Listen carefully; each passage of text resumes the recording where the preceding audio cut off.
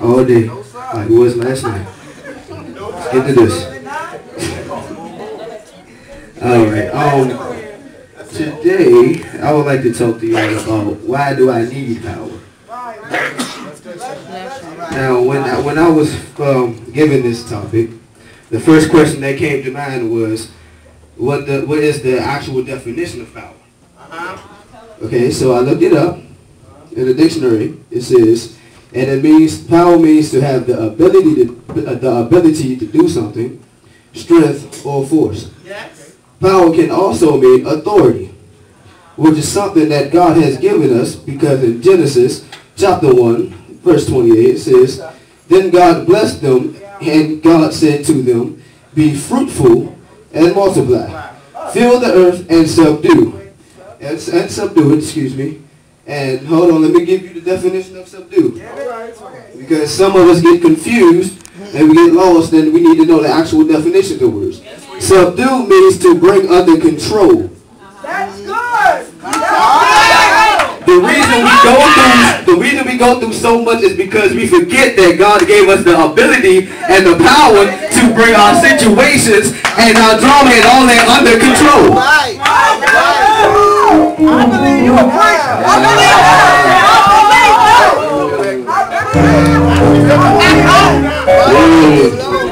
Okay. Let's get back to the word. Let's get back to the word before I go somewhere else. And it said, and it says, and it says, and have dominion, and I like to translate it. It says, have authority, and authority also means power. That's right. Over the fish of the sea, and over the fowl of the air, and over every living thing that moveth above the earth. So if God has given us this power, why do we often find ourselves going through the same thing over and over and over again? Let me tell you what happens. What happens is we get scared. Well, can I tell you something? The word says in 2 Timothy 1:7, for God has not given us the spirit of fear, God, but of power, and of love, and of a sound mind. All right, now let's get to why do I need power. I need power because without power I can't do anything. The definition stated itself, the ability to do something. It says right here in Philippians chapter 4:13, I can do all things through Christ who strengthens me. And again, strength is power. Work the definition. Now let's pause there for a second. Let's say you're out somewhere, and your cell phone is going dead. The only way that you'll be able to charge your battery is if you plug it into the right source. Not just any source, but the right source. That's a word right there. Because if you don't plug into the right source, then it will continue to die. Okay. Y'all acting cute, so we will make this personal. You've been in church literally all of your life, but you have still not had a direct source of your own. You have been feeding off of other people's power lines.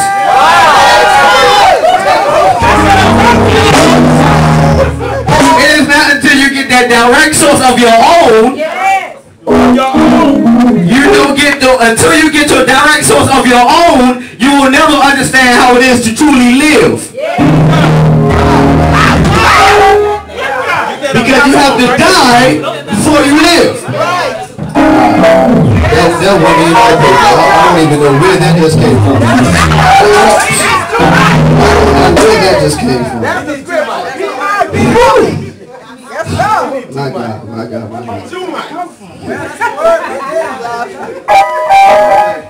I tell you.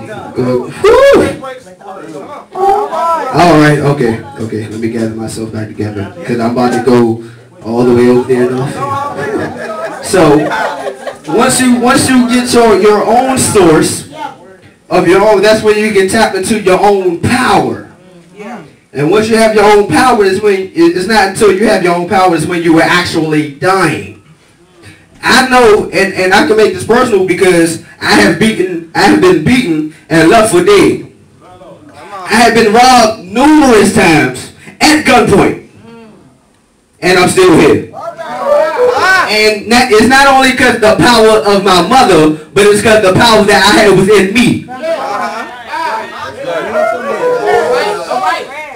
I think I need to say that again. It's because the power that I have within me is another reason why I'm still here. If I had no power, I'd have been dead, sleeping in my grave. Because it could have been, it should have been, and it would have been another way. Let me tell you something. I got this from my pastor, and she says, if I didn't know any better, I would say it's all good. But now that I know better, I say it's all God. It's not all good, but it's all God.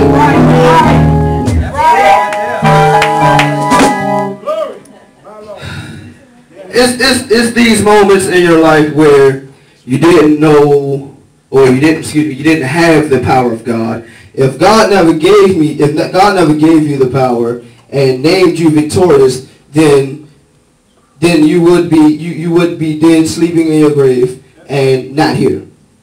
Okay? So, on that note,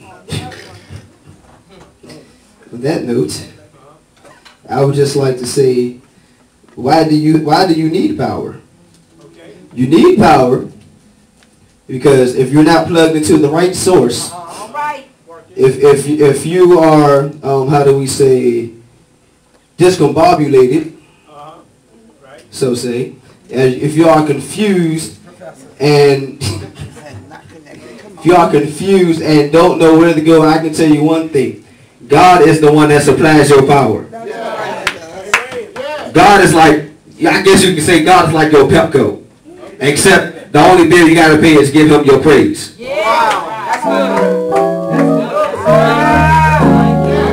So let me put it like this: if you have to pay Pepco a certain amount of money to keep your power on, then how much praise, how much worship are you willing to give God? How much is God worth to you for him to keep your power going?